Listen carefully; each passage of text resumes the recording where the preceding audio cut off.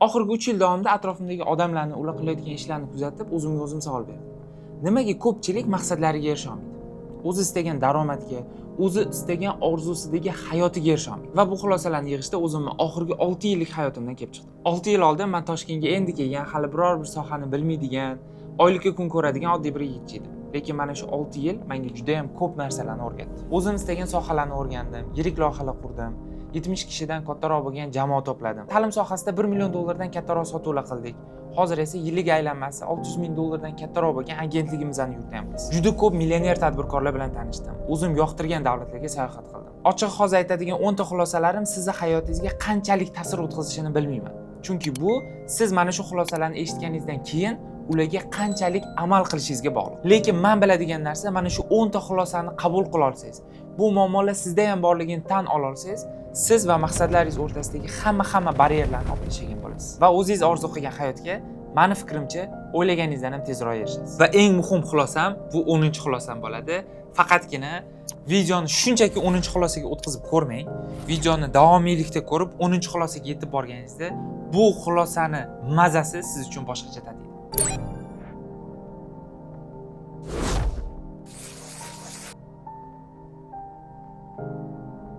Demak, birinchi xulosam, deep working barchasini kaliti. Keling, men sizga bitta savol beraman. Bugun kun bo'yi ishladingiz, ortiqcha vaqtingiz bo'lmadi, ko'p energiya ketkazdingiz va kechki payt uyga bordingiz. O'sha vaqtda bir o'ylab ko'ring, bugun o'zi nima ish qildingiz?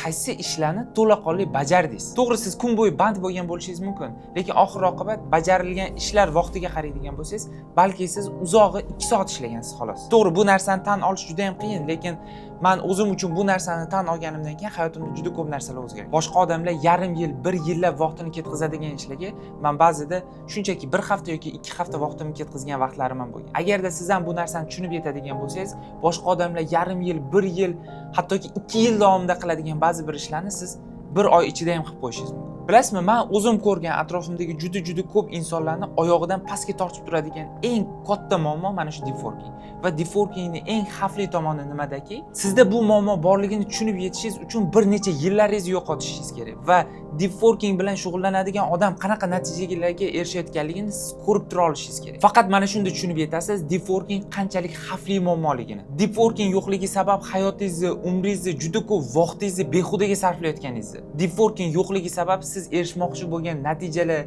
siz erishmoqchi bo'lgan maqsadlar orqaga doimiy surilib ketayotganligi. Oxirgi 6 oy ketkazgan vaqtingizga qarang va u yoqda sizni xursand qiladigan qanaqadir natija bo'lmasa, bitta narsani tushuning, siz kam ishlamayapsiz. Shunchaki siz juda ham sayoz va deep working siz ishlayapsiz. Deep working qilishingiz uchun sizga eng xavfli dushman esa mana shu narsa. Telefon.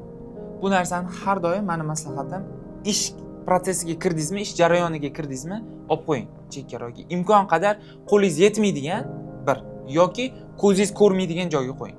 Ana o'shanda telefonga chalg'ish nisbatan kamayadi. Men o'zim har doim shu instrumentni ishlataman.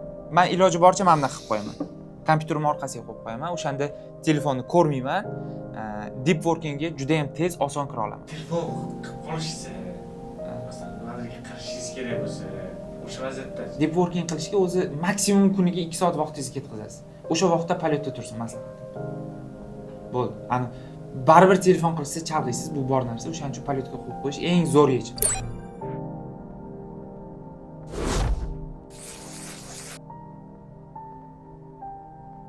Demak, ikkinchi xulosam, ochig'i bu xulosani tushunib yetishim uchun juda ko'p yillarim, vaqtim ketgan. Va agarda bu xulosa sizga ham ta'sir qiladigan bo'lsa, sizning hayotingizda nimanidir hozir o'zgartiradigan bo'lsa, men juda xursand bo'laman. Va bu xulosa vaqtingizni nimaga alishtirayotganingizga e'tibor bering. Ko'pchilikning fikricha, balki 2000, 3000, 4000 dollar oylikka inson o'zini vaqtini alishtirishi bu zo'r, lekin meni pozitsiyam unaqa emas. Afsuski, agarda siz o'zingizning vaqtingizni shunaqa pulga alishtirayotgan bo'lsangiz, lekin sizning orzularingizga yetib borishingiz uchun bu pul umuman yetmasa, demak siz noto'g'ri yo'ldasiz. Bir narsaga yaxshilab e'tibor bering, siz hozir qilayotgan ishingiz sizga pul olib kelishi shart emas. Pul olib keladigan vaqt bo'ladi va u katta summa bo'ladi. Lekin siz uni uchun o'sha joyga yetib borishingiz uchun siz hozir qilishingiz kerak bo'lgan ishlar bor. Bu bo'lishi mumkin bilim olish, bu bo'lishi mumkin networking qilish, bu bo'lishi mumkin tajriba orttirish, bu bo'lishi mumkin amaliyot qilish va hokazo va hokazo. Siz hozir vaqtingizni mana shu narsalarga ketkizsangiz, kelajakda ko'proq natija ola olasiz. Kelajakda ko'proq orzularingizga erishish imkoniyati, maqsadlaringizga erishish imkoniyati bo'ladi. Lekin siz aksincha shunchaki 2000-3000 dollar oylik uchun siz o'zingizni vaqtingizni alishtiradigan bo'lsangiz, bu sizning kelajagingizga juda ham yomon ta'sir qilishi mumkin. Eng asosiy narsa hozirgi vaqt bilan yashash kerak emas. Siz keyingi 5 yil, 10 yil haqida o'ylashingiz kerak.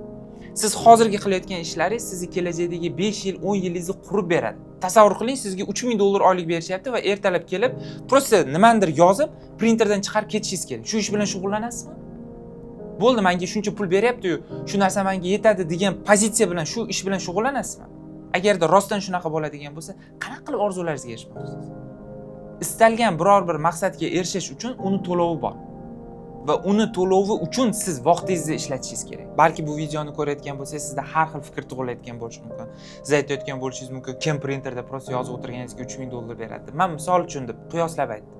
Yoki siz o'ylayotgan bo'lishingiz mumkin, mayli o'sha printerda yozib o'tiraman, 3000 dollar pulimni olaman-da, keyin ishdan keyin men o'zim uchun vaqt ajrataman deb. Yo'q, bunaqa ishlamaydi. Afsuski, mana shu yolg'on bilan juda ko'pchilik yillab umrini yutqizib qo'yadi. Shaxsan meni o'zimda ham bu muammo bo'lgan. Va shuning uchun men sizga maslahat beraman. Iltimos, vaqtingizni pulga alishmang. Puldan-da qiymatliroq, puldan-da sizga kerakliroq bo'lgan narsalar uchun vaqtingizni alishsangiz, kelajakda baxtliroq bo'lasiz.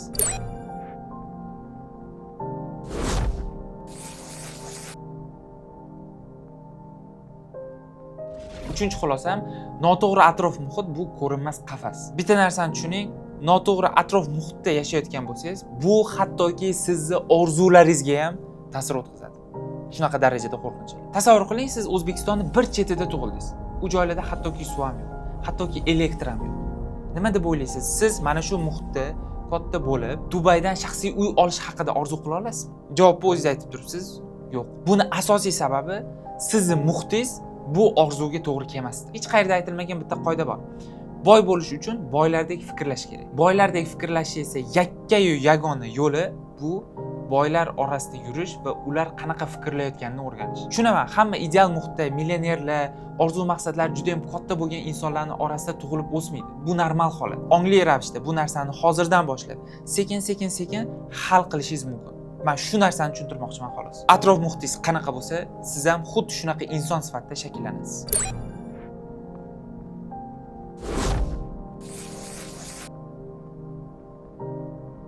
Keyingisi 4-xulosam, juda ham og'riqli muammo, maqsadlarga mos harakat qiling. Bilasizmi, juda ko'pchilikda maqsadlar bor. Uy olishim kerak deydi, mashina olmoqchiman deydi, katta kompaniya quraman deydi, oyiga 10,000 dollardan ko'proq daromad qilmoqchiman deydi. Va hokazo. Lekin u maqsadlar uchun hozir qilinayotgan ishlarga qarasangiz, bu qilinayotgan ishlar u maqsadga olib bormaydi. Umuman boshqa darajadagi level. Maqsad juda katta, hozir qilinadigan ishlar esa o'sha maqsadni teng yarmiga ham olib boradi. Ya'ni bitta narsani tushunishimiz kerak. Hozir qilayotgan ishimiz bizani sekin kelajagimizni quradi. Ya'ni o'sha maqsadingizga siz prosta erishib qolmaysiz. Bir kunda erishilmaydi. Odatda maqsadga shunchalik sekinlik bilan erishiladiki, odatda siz hattoki tushunmay qolasiz o'sha maqsadingizga erishganingizda. Masalan, qaysidir inson uchun o'zini shaxsiy uyi bo'lishi bu uni maqsadi bo'lgan. Lekin o'sha maqsadga erishganda o'sha inson men shu uyni sotib oldim degan emotsiyaga berilmaydi. Nima uchun? Chunki u bu maqsadiga shunchalik sekinlik bilan yetib boradiki, qadam va qadam bu narsaga taxminan yo'lni 70% ni bosib o'tganda tayyor bo'ladi. Va o'sha dopamin men bu maqsadimga erishdim degan dopamin odatda kelmaydi. O'shaning uchun bitta narsani tushuning, maqsadlaringizga mos harakat qilishingiz kerak har doim. Qachondir kelganda siz afsuslanmasligingiz uchun, qachondir kelganda meni orzu maqsadlarim ko'p edi, lekin men ularga erisha olmadim degan afsus bo'lmasligi uchun siz hozirdan tushunishingiz kerak, qo'yayotgan maqsadlaringiz uchun qanaqa harakat qilishingiz kerakligini. Buni eng yaxshi yo'li esa o'sha maqsadlaringizga erishgan inson bilan borib gaplashish. Siz o'shanda tushunasiz, bu maqsadga erishish uchun qanaqa harakat qilish kerakligi. Va yana bitta eng muhim narsa, bu yil boshida qo'ygan maqsadlaringiz uchun deadline qo'yishingiz shart. Mana shu yilda mana shu maqsadlarimga erishaman emas, mana shu yilda yoz oyida men bu maqsadimga, may oyida men bu maqsadimga, sentyabr oyida men bu maqsadimga erishaman degan aniq deadlinelar bo'lishi kerak. Va undan ham muhim narsa, mana shu deadlinelar uchun mas'uliyatni bo'yinga olish shart. Ya'ni bu sizning mas'uliyatingiz, bu sizga yuklatilgan ish sifatida qarab, o'sha maqsadlarga erishishingiz kerak.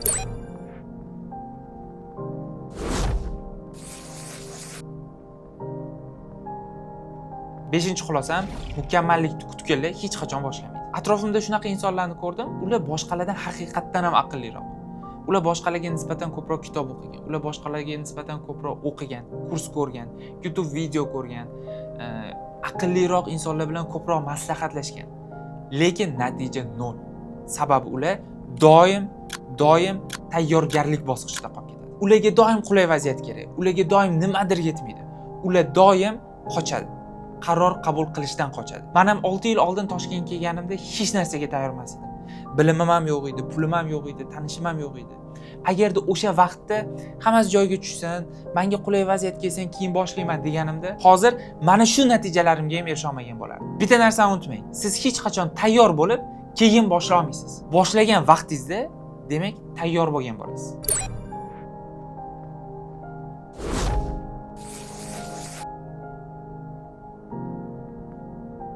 Oltinchi xulosam, tez boyib ketish, tez natija yo'q. Bilasizmi, ba'zi bir insonlar bor, 1 yildan keyin qarasangiz, 5 ta ishni boshlagan va 5 ta ishni ham yarmida tashlab qo'ygan va hali ham o'sha joyda qotib qolgan holatda ko'rasiz. Muammo nimada bilasizmi? Ular tez natija kutadi. Bugun qildim, ertaga natijasini olay deydi. Lekin aslida haqiqiy yutuqlarga erishish bunaqa ishlamaydi. Haqiqiy yutuqlar juda ham zerikarli. Har kuni bitta ishni qaytarish orqasidan keladi. Faqat bu joydagi eng muhim qoida o'sha har kuni qayta qiladigan ishingizni har kuni qayta qilganingizda yaxshiroq qilish. Shaxsan o'zim shu kungacha o'nlab zapusklarni, bir necha yuzlab syomkalarni, 10 ga yaqin loyihalarni qilganman. Chetdan qaragan odamga hammasi deyarli bir xil syomka, bir xil zapusk, bir xil loyiha tuyulishi mumkin. Lekin biz har doim nimanidir ozgina bo'lsa ham yaxshilash ustida ishlaganmiz va shuning uchun ham korxonamiz hozirgi kungacha yetib keldi. Yodingizda tuting, mana shu kichik o'zgarishlar sizni maqsadlaringizga, orzuyingizdagi hayotingizga sekin-sekin yaqinlashtiradi.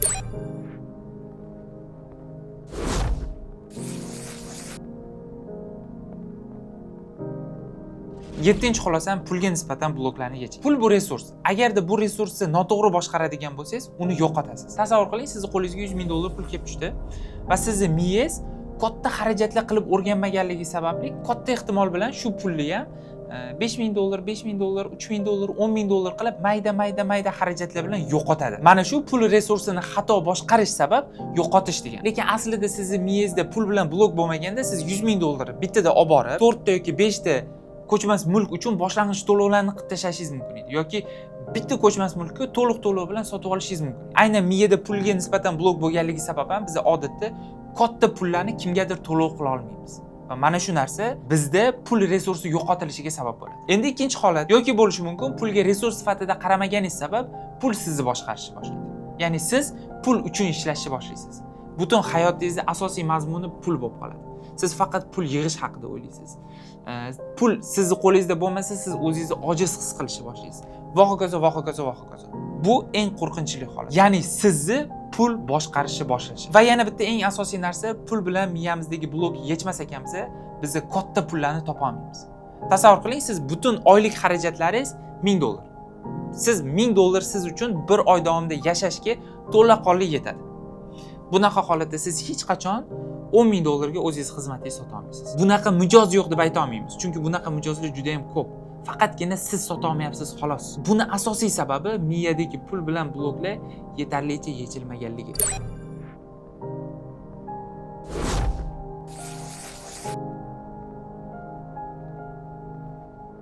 8-chi xulosam, doim keyingi etapingiz qanaqa bo'lishini biling. Maqsadlarga erishish bu bir o'yin.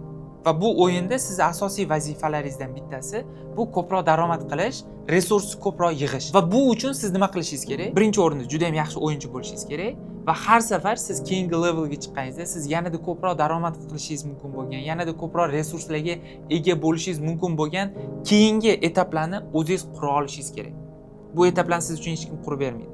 Siz kimgadir qarab ham bu etaplarni balki ko'chira olmasligingiz mumkin. Buni faqat o'zingiz qurishingiz kerak. Nima demoqchiman? Masalan, deylik siz targetologsiz. Targetolog sifatida hozir ishlayapsiz va oyiga deylik potensial $5000 pul topyapsiz. Sizni keyingi etapingiz bu agentlik qurish va odamlarni boshqarish bo'lishi mumkin. Sizni keyingi etapingiz shaxsiy brendingizni qurish va xizmatlaringizni narxini ko'tarish bo'lishi mumkin. Sizni keyingi etapingiz qanaqadir biznesga sherik sifatida kirish va u yoqdagi marketingchasini to'liq qo'lga olish bo'lishi mumkin. Va hokazo va hokazo va hokazo. Siz har doim keyingi etapingiz nima bo'lishini aniq bilishingiz shart. Hozirgi etap bilan qolib ketish bu daromad qotib qolishiga sabab bo'ladi. Siz har doim keyingi levellarga chiqishingiz kerak. Soha o'zgartirish shart emas. Shunchaki siz qilayotgan ishingizni o'zgartiring bo'ldi.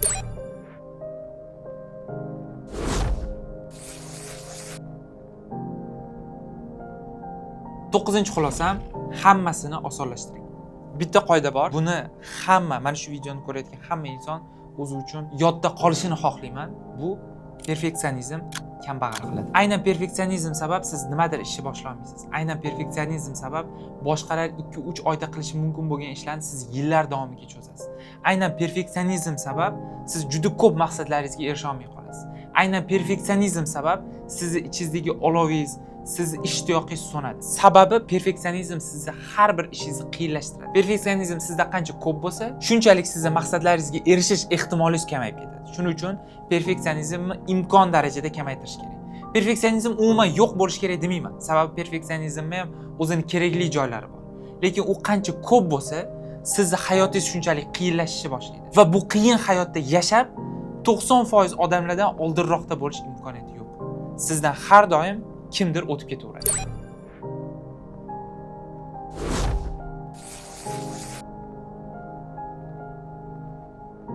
Va oxirgi eng muhim xulosam bu pul keltiruvchi ishlar bilan shug'ullaning. Bitta narsani tushuning, ikki xil ishlar bor. Kimgadir pul keltiradigan ishlar va sizga pul keltiradigan ishlar. Mana shu narsani farqiga borish kerak. Va eng qiziq tomoni, sizga pul keltiradigan ishlar soni o'zi juda ham kam. Bo'lishi mumkin u 3 ta dona, bo'lishi mumkin u 4 ta dona. O'tirib hozir ro'yxat qilgan taqdiringizda ham bu ishlar soni eng ko'pi 5 tagacha chiqishi mumkin xolos. Atrofingizdagi odamlarga qarang. Ular juda ham ko'p ishlashadi. Lekin yetarlicha pul topishmaydi. Buni asosiy sababi nima? Buni asosiy va yagona sababi ular o'zi uchun pul keltiradigan ishlar bilan shug'ullanmasligida. Sizning holatingizda o'zingiz uchun pul keltiradigan ishlar nimalar bo'lishi mumkin? Bu bo'lishi mumkin o'zingiz shaxsiy brendingizni qurishingiz, sizga ishongan auditoriyani yig'ishingiz. Bu bo'lishi mumkin o'zingizning mahsulotingizni, produktingizni ishlab chiqishingiz. Bu bo'lishi mumkin biror bir insonni olib, uni ish bilan ta'minlashingiz. Bu bo'lishi mumkin biznes egalari bilan yaxshi networking o'rnatishingiz. Ya'ni bu insonlar bilan siz networking o'rnatadigan bo'lsangiz, o'zingizning xizmatingizni sotish orqali ko'proq daromad qilishingiz mumkin. Yoki yana boshqalar. Eng asosiy narsa nimadaki, siz mana shu ishlarni topishingiz va ular uchun vaqt ajratishingiz kerak. Buning uchun esa yana birinchi qoidaga qaytamiz. Deep working bo'lishi shart. Bitta narsani aytaman, aynan mana shu 10-xulosa siz o'zingizning orzularingizga, maqsadlaringizga erishishingiz uchun tushunib yetishingiz kerak bo'lgan eng asosiy xulosa. Buni tushunib yetmasdan turib, hech qaysi xulosani ishlatganingizda foydasi yo'q. Va video oxirida men shu narsani aytmoqchiman. Aynan mana shu 10 ta xulosa sizning hayotingizni tubdan o'zgartiradi. Qachonki ularni to'laqonli mag'ziga yetib borib, ularni to'laqonli tushunib, o'zingizning hayotingizga to'laqonli kiritishni boshlaganingizdan keyin. Agar videoni shu joyigacha ko'rgan bo'lsangiz, bilasizmi, men bitta narsaga ishonaman. Bu 10 ta xulosani o'zingizning hayotingizda tatbiq qilganingizdan keyin bir necha yillar o'tib, balki siz bilan qayerdadir ko'rishib qolganimizda, sizning hayotingiz boshqacha bo'ladi. Men shu narsaga chin dildan ishonaman. Bu narsani ko'rishni men juda ham xohlayman. Agarda video sizlarga foydali bo'lgan bo'lsa, like bosing, obuna bo'ling va keyingi videolarimizda bundanda yaxshiroq bo'lgan mavzularda gapirishga harakat